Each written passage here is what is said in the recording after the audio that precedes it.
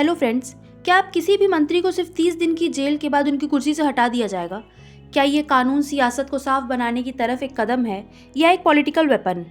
आज हम बात करने वाले हैं 130th कॉन्स्टिट्यूशनल अमेंडमेंट बिल के बारे में। एक ऐसा बिल जो देश की राजनीति में एक नया चैप्टर लिख सकता है। यूनियन गवर्नमेंट ने एक नया बिल इंट्रोड्यूस किया है, 130th कॉन्स्टिट्यूशनल अमेंडमेंट बिल। इस बिल के जरिए आर्टिकल 75, 164 और 239 AA में बदलाव की बात की गई है, जो यूनियन, स्टेट और national capital territory of Delhi के मिनिस्टर्स के बारे में प्रोविजंस देते हैं। इस बिल के मुताबिक अगर कोई मिनिस्टर अरेस्ट हो जाता है और 30 दिन कस्टडी में रहता है और वो केस 5 साल या उससे ज़्यादा की सज़ा वाला है, तो उसे मंत्री पद से हटा दिया जाएगा। ये रिमूवल प्राइम मिनिस्टर और चीफ मिनिस्टर की सलाह पर होगा। अगर प्राइम मिनिस्टर और चीफ मिनिस्टर सलाह नहीं देते हैं तो 31st डे से ऑटोमेटिक रिमूवल हो जाएगा।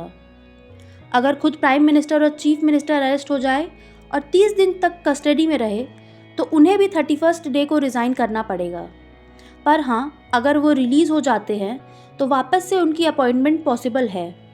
बिल के लिए 2/3 मेजॉरिटी चाहिए दोनों हाउसेज में। ये अमेंडमेंट जम्मू एंड कश्मीर और पुडुचेरी जैसे यूटीज़ के लिए भी प्रपोज किए गए हैं। Existing representation of people's act 1951 कहता है कि अगर किसी व्यक्ति को 2 साल या उससे ज़्यादा की सज़ा होती है तो वो MP या MLA बनने के लिए डिस्क्वालीफाई हो जाता है, लेकिन मिनिस्टर बनने पर अब तक कोई स्पेसिफिक लॉ नहीं था।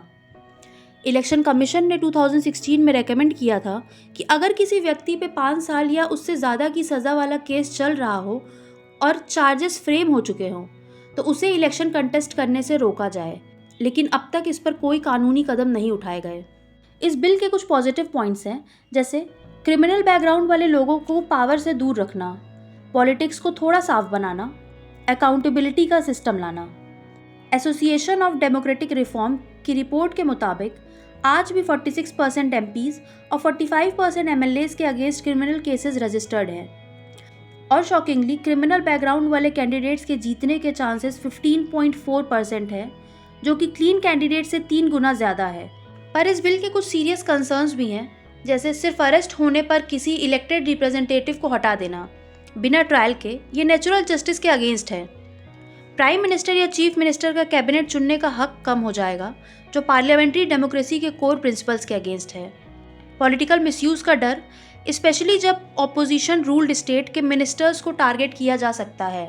हो सकता है ये बिल एफर्ट से ज़्यादा सिम्टम को टारगेट कर रहा है। तो सवाल ये है कि सल्यूशन क्या है?